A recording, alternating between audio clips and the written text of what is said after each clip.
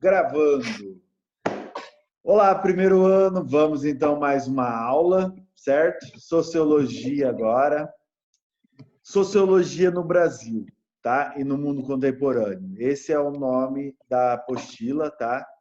Dessa unidade, desse módulo. E vamos entender o contexto que tudo isso nasceu, certo?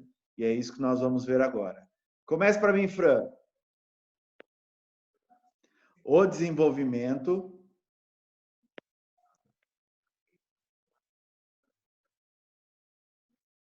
Vai, Soró. Desculpa, eu já estava lendo com o microfone desligado de novo. O desenvolvimento do pensamento sociológico após o Renascimento ocorreu com base nas condições históricas da Europa. Esse processo teria culminado na elaboração científica do pensamento social, no século XIX, quando a sociologia conseguiu adquirir autonomia em relação à filosofia social por desenvolver conceitos e métodos de análise específicos. Na América Latina, e em particular no Brasil, o processo de formação, organização e sistematização do pensamento sociológico também seria influenciado pelo desenvolvimento do capitalismo. Muito bem.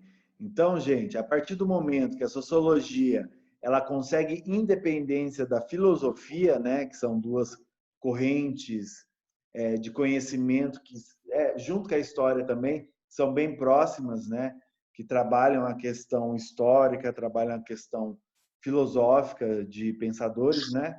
Então, no Brasil chega a partir do momento que o capitalismo se desenvolve, certo? É assim que chega no Brasil.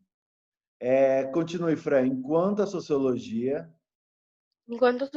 na Europa refletia sobre a própria Europa, na América Latina, ela devia lidar com um complexo social que combinava a influência secular da cultura europeia, a herança colonial e as contradições típicas do capitalismo industrial. Então, pronto, gente. No Brasil não foi simples, né? Teve que lidar com muita coisa, principalmente porque o Brasil era totalmente influenciado pelo conhecimento europeu, certo? Somado à herança colonial, né? Que barrava qualquer tipo de conhecimento que chegava nas colônias. Então, e mais o capitalismo industrial, que no Brasil foi bem tardio, né?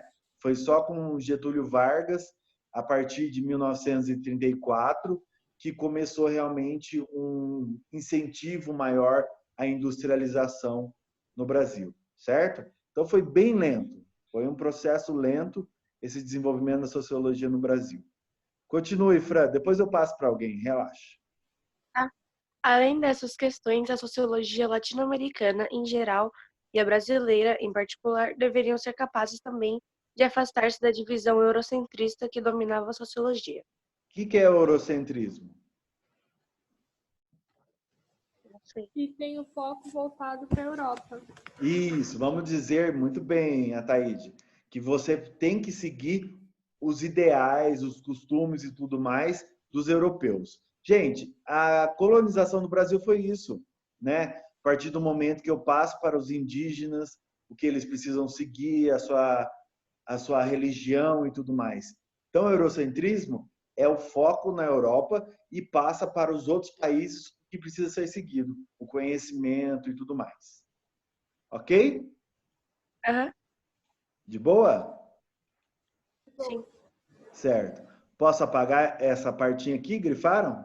Não, print. Pronto. Mais alguém? Então vou apagar.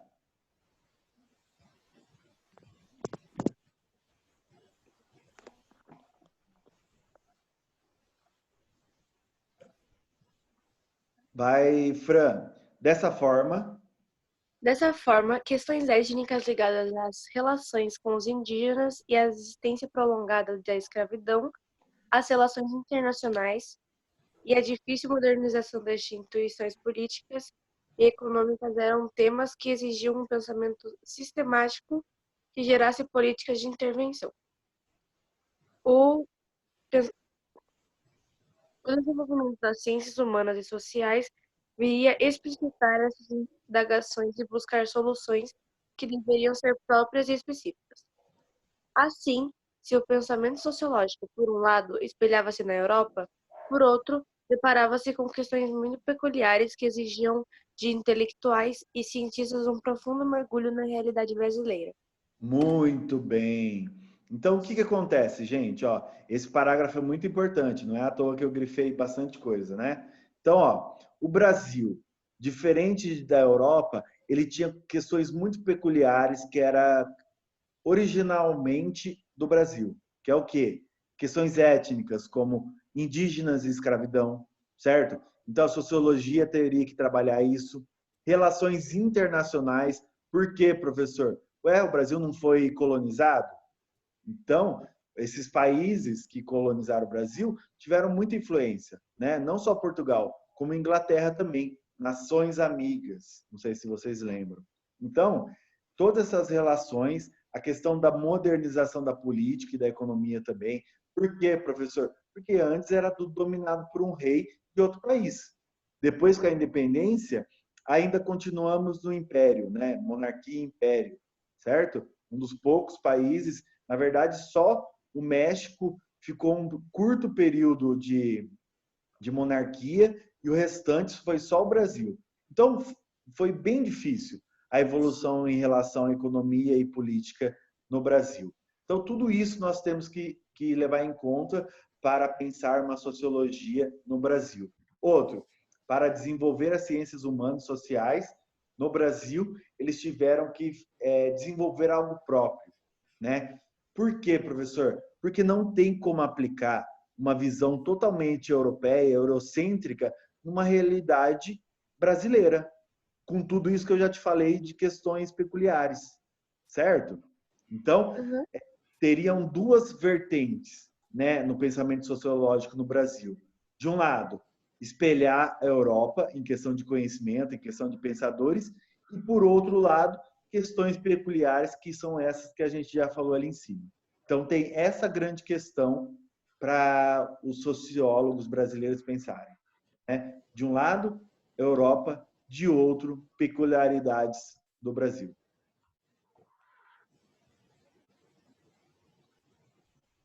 Beleza? Manda um ok todo mundo no chat aí para ver quem está acompanhando. Vai.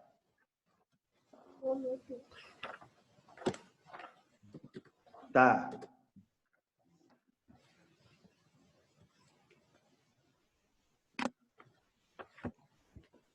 Luiz, está acompanhando?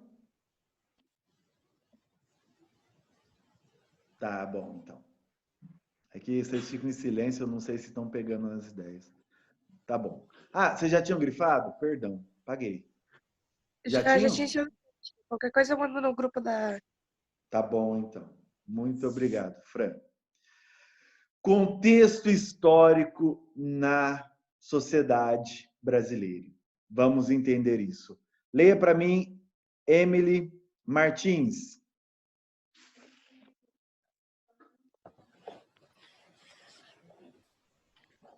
Desde o início?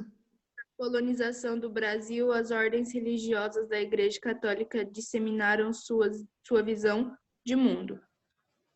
Os jesuítas, membros da Companhia de Jesus, uma das principais ordens católicas da época, exerceram durante quase 3 séculos uma espécie de monopólio de conhecimento, o que inclui a educação, o pensamento dito cultural e a produção artística. Muito bem. Então, quem passou a questão do conhecimento inicialmente foi a Igreja Católica no Brasil, né? Lembram quando aprendem sobre a questão da catequização dos indígenas? Então, quem passava conhecimento era a Igreja. E lembrando que esse momento que nós estamos falando, século XV e XVI, era o final da Idade Média na Europa, certo? Em que a Igreja tinha um poder muito forte dentro das instituições de poder da Europa. Então, ela passava conhecimento até na Europa. Imagina no Brasil. Então, quem passava conhecimento era a Igreja Católica no Brasil também, tá? Esse monopólio aqui, gente, nada mais é que você ter só para você alguma coisa. Monopólio comercial, do Walmart. Quer dizer que só o Walmart vai ter mercado em determinada cidade. Então, monopólio é isso. Em um momento que uma coisa só passa tudo. E no caso aqui, o conhecimento. Ah, professor, em quais áreas? Educação, culto, produção artística. Então, tudo vinha da religião. Certo? Sim. Ok. Posso apagar? Grifaram? Uhum. Ah, não precisa, na verdade. Tem mais um aqui embaixo. Pode ler, Martins. Os jesuítas. Os jesuítas, baseados na escolástica, método que concilia a fé cristã com o pensamento racional, introduziam um sistema que combinava a exploração do trabalho indígena com o ensino religioso. A catequese e a evangelização foram, portanto, instrumentos de colonização empregados para subordinar a colônia aos interesses da coroa portuguesa e da Igreja Católica. Implantou-se uma visão de mundo erudita e religiosa, baseada em princípios universalistas, pouco propícia ao entendimento da realidade política e sociedade da colônia. Essa visão separava as populações escravizadas das camadas letradas, compostas pelos que se dedicavam a saber e não ao trabalho braçal. Esse processo conduziu à cultura colonial no Brasil por 3 séculos. Olha isso, gente. Então, o que eu preciso falar para vocês? Primeiramente, os jesuítas tinham em sua mentalidade, né, o conhecimento da fé cristã e do racionalismo que estava chegando na Europa por causa do Renascimento, tá? Não preciso me aprofundar no Renascimento, mas vocês precisam saber que é a valorização da razão.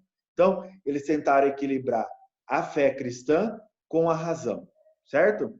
Imagine isso na exploração, então, do indígena. Seria a questão do trabalho, aproveitar o trabalho do indígena e também passar para ele a salvação, que nada mais é que o ensino religioso, certo? Então, coroa portuguesa e a Igreja Católica dominaram essa parte na colônia, tá? Lógico que a colônia, a coroa portuguesa queria mais a questão econômica, né, que é a exploração, certo? Mas não deixava nada em questão de conhecimento chegar no Brasil, a não ser que seja da religião, certo, gente? Então, ó, essa visão separava as populações escravizadas das camadas letradas. Quem é letrada? Quem fosse europeu, obviamente. Os colonos, que são indígenas, né, ou mestiços, não têm acesso a isso. E isso que vai produzir a cultura no Brasil na época colonial por 3 séculos.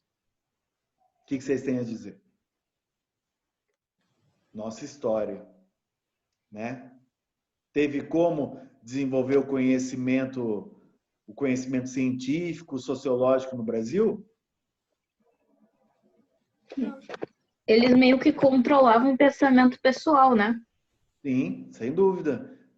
Não tinha como evoluir, Isa Rezende, não tinha como evoluir o pensamento, sendo que o pensamento era imposto, né?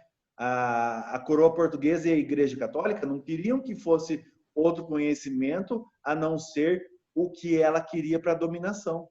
Ela queria dominar, não queria instruir o povo colonial no Brasil. Essa é a realidade do contexto social até agora. Ok, gente? Uhum. Ok, então, posso apagar? Sim. Ok.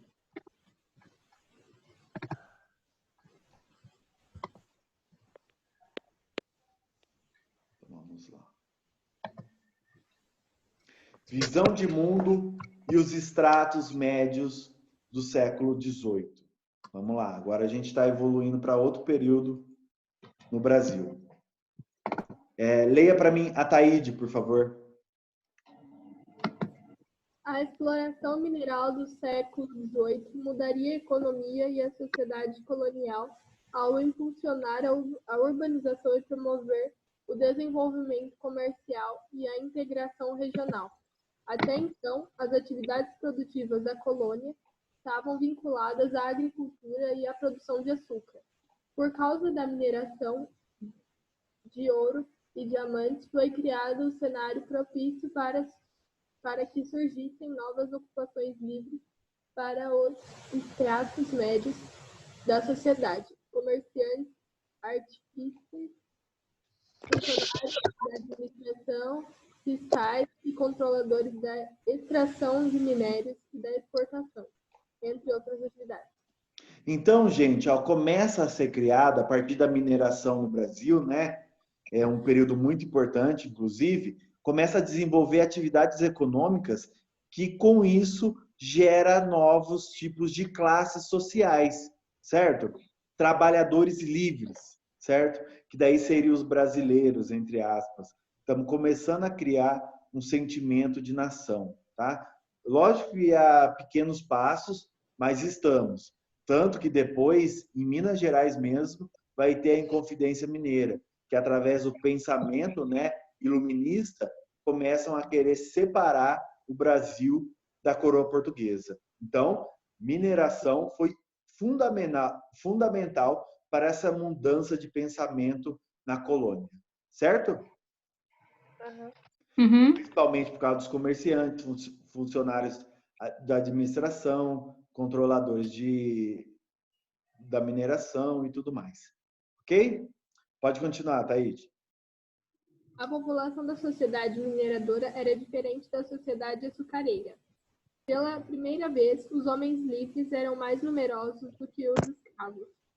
Essa camada intermediária, livre e sem propriedade, se tornava consumidora da cultura europeia, em especial a de origem francesa.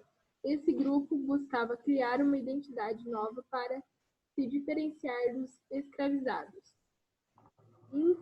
incultos, assim como da elite colonial conservadora.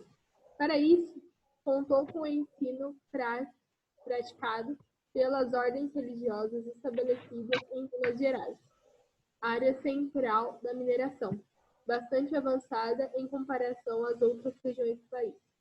É assim, mesmo que seja mais, esse conhecimento chegou mais para as pessoas de média e alta classe, começa assim chegar o conhecimento no Brasil, tá? Com essas pessoas da camada livre que começam a ver a cultura europeia como alguma coisa que vai trazer o avanço para essas sociedades, tá? E lembrando que a França que vai chegar aos conhecimentos também do Renascimento e automaticamente vai chegar no Brasil como uma forma de mudança, tá?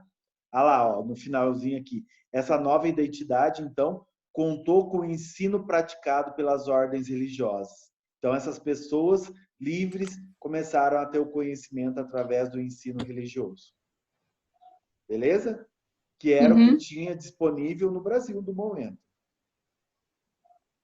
Posso apagar? Uhum. Bom, estou escutando quem está me respondendo, gente.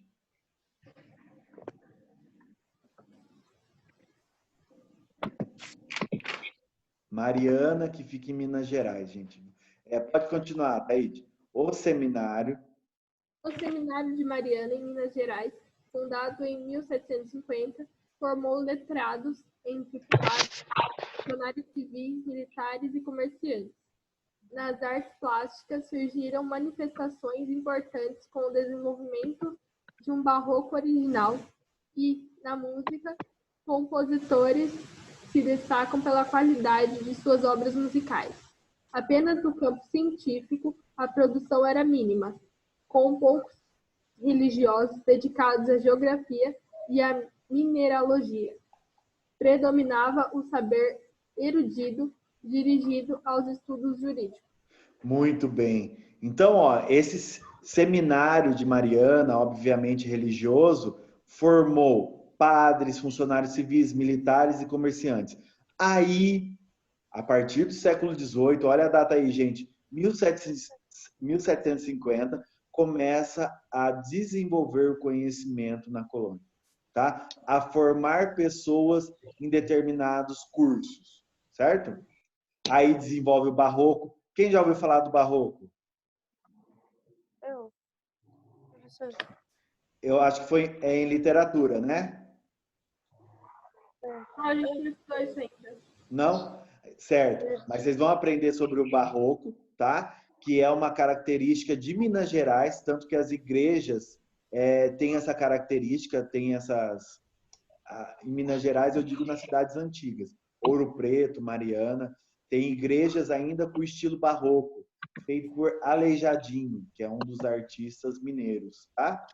Na música também, no campo da ciência, como falou, não tinha muita coisa a ser falado, mas no campo da geografia e da mineralogia. Por que esses dois foram desenvolvidos, pessoal? O que vocês acham?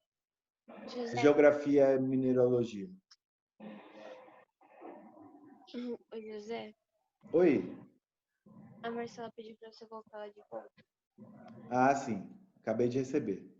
Já coloquei. Professor, sobe um pouco ali na parte que tá gripada, por favor. Oi? Desculpa, fala um pouquinho mais alto. Sobe um pouco ali na parte que tá gripada, porque a internet tá caindo muito e eu perdi aquela parte. Ixi, o duro que eu já paguei. Ah, então, pode deixar naquela parte que tá grifada ali embaixo. É só aquela que eu não tinha, achei que você tinha grifado mais. Ah, entendi. Tá dando para enxergar? Aham, obrigada.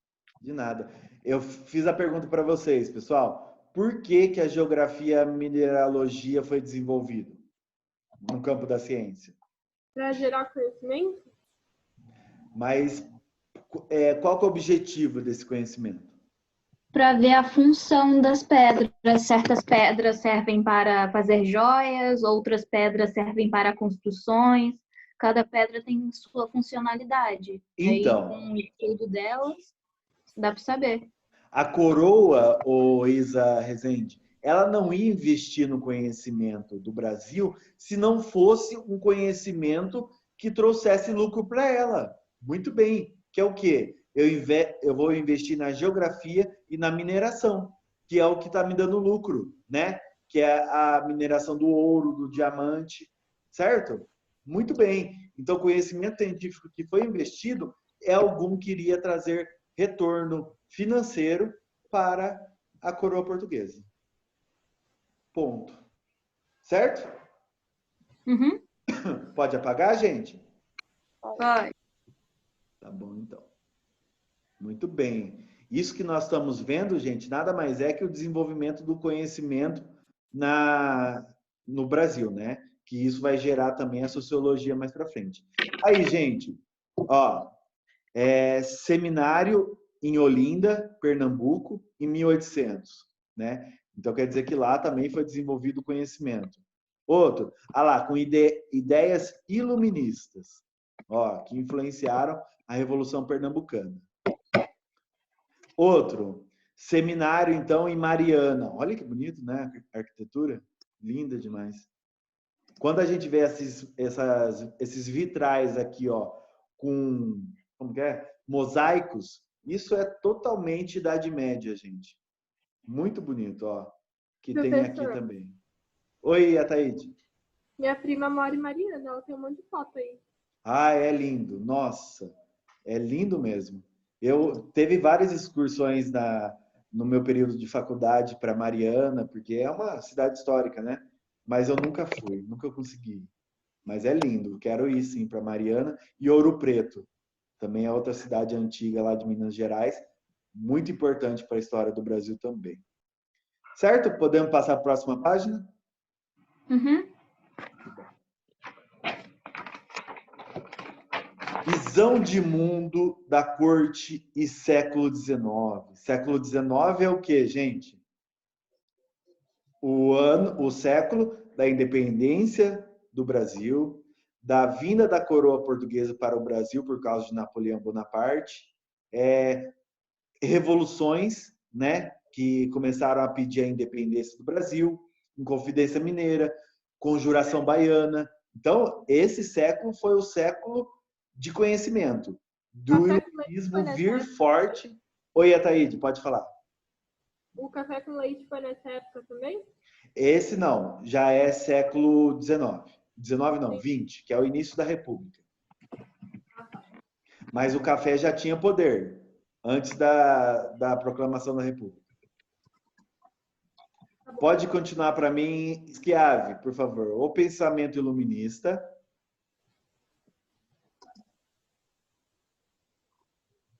Oh, meu Deus, estava falando com o microfone desligado. Relaxa.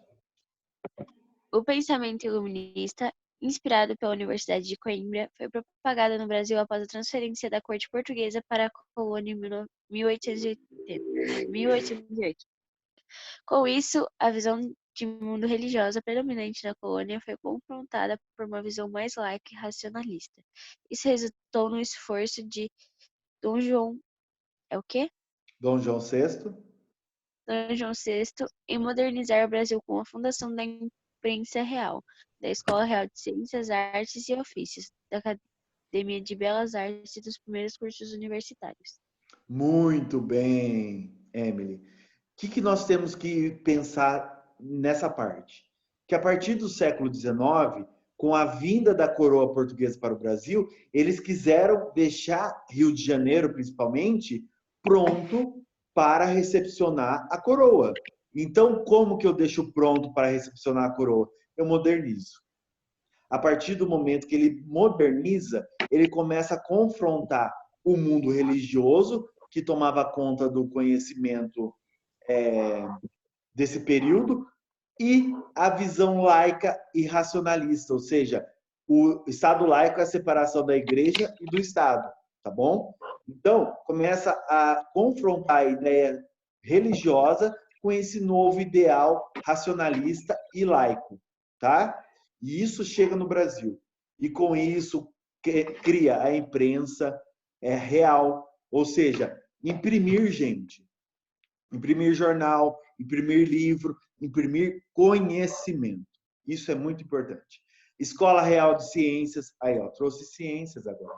O conhecimento científico, artes e ofício, Academia de Belas Artes, cursos universitários, pronto. Chegou a coroa portuguesa no Brasil, trouxe conhecimento junto. É isso que vocês têm que saber dessa parte quando chega a coroa portuguesa. Muito, muito, muito importante para entender o início da sociologia no Brasil. Certo, pessoal? Uhum. Pode continuar, Schiavi. Apesar desse avanço, ainda era grande a influência cultural, artística e intelectual europeia, da língua à literatura, da religião às artes, dos modelos de pensamento à mentalidade. Tudo que vinha da Europa era valorizado como moderno, civilizado e apropriado. Diante dessa visão eurocêntrica do mundo, o Brasil aparecia como uma sociedade atrasada e dependente, que despertava o interesse principalmente de viajantes, comerciantes e naturalistas. Então, gente, ó, ainda assim, ó, a visão eurocêntrica, apesar de chegar no Brasil conhecimento, ainda, obviamente, o Brasil era considerado uma sociedade atrasada e dependente dos outros. E por ser atrasada, os outros viam a gente como se fosse um zoológico, né? Ah, vamos lá ver como que funciona esses povos antigos e tudo mais. Então atraía viajantes, comerciantes, naturalistas, tanto que quem vem para o Brasil nesse período? Darwin. Charles Darwin, evolucionista, certo? Então, muito importante, começa a expandir o nome do Brasil para outros cientistas. E com isso, apesar de ainda sermos vistos como atrasados e tudo mais, começa a chegar aos poucos conhecimentos no Brasil. Ok? Aham. Posso apagar? Não. Ok. Deixa eu tirar print aqui. Faltam 7 minutos. Ai, meu Deus. Calma aí. Me falem ok quando vocês terminarem. Pode Calma aí, parar. que eu vou tirar uma foto. Tá bom. Eu já tirei, já. Tá bom, pode pegar. Pode?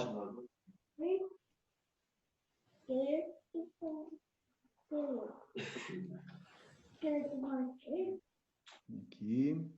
Calma aí. Aqui.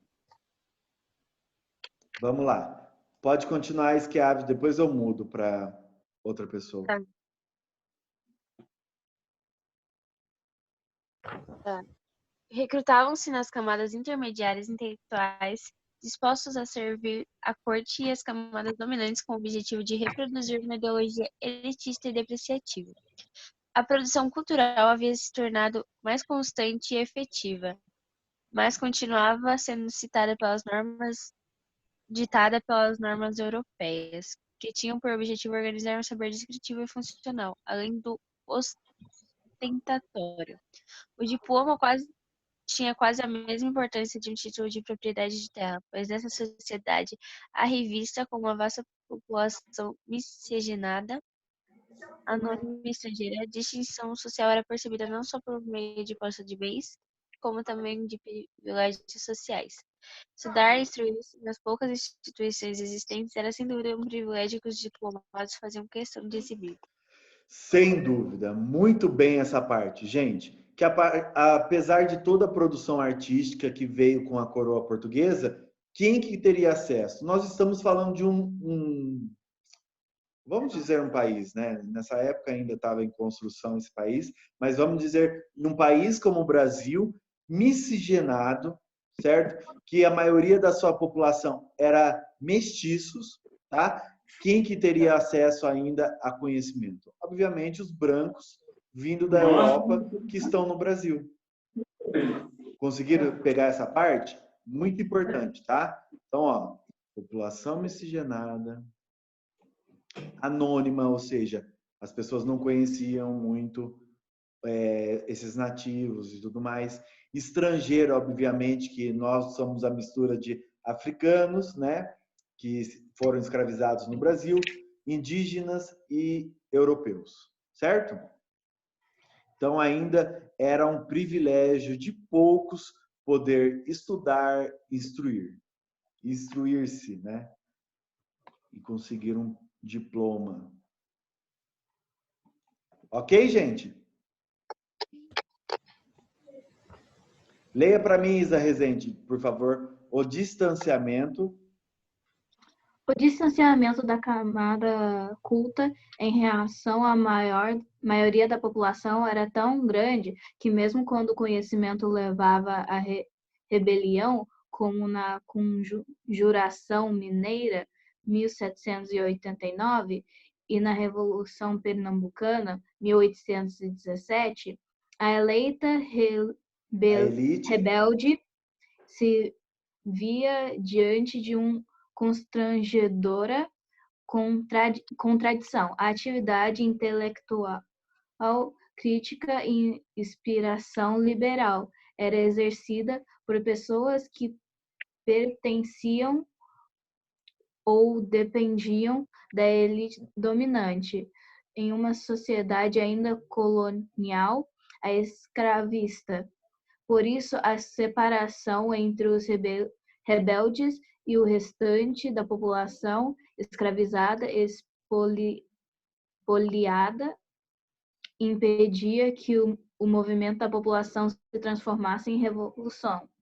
Perfeito esse parágrafo também, gente. Essas duas conjurações que estão citadas aí, pessoal, foram revoltas, sim, contra a dominação da coroa portuguesa. Só que, como falou aí, ó, tinha um pensamento liberal, uma influência da Revolução Francesa, uma influência da independência dos Estados Unidos, certo?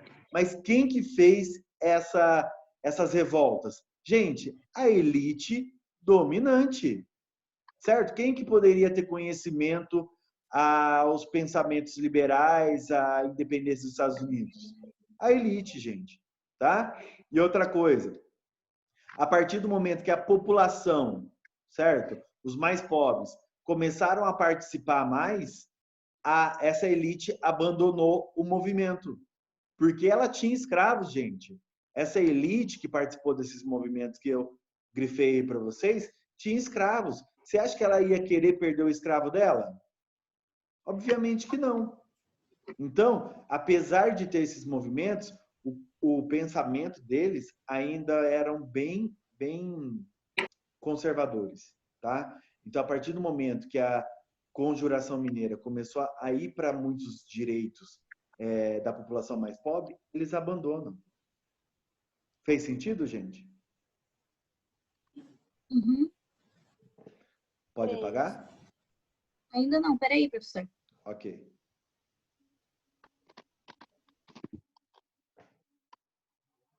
Nossa, falta 1 minuto, gente.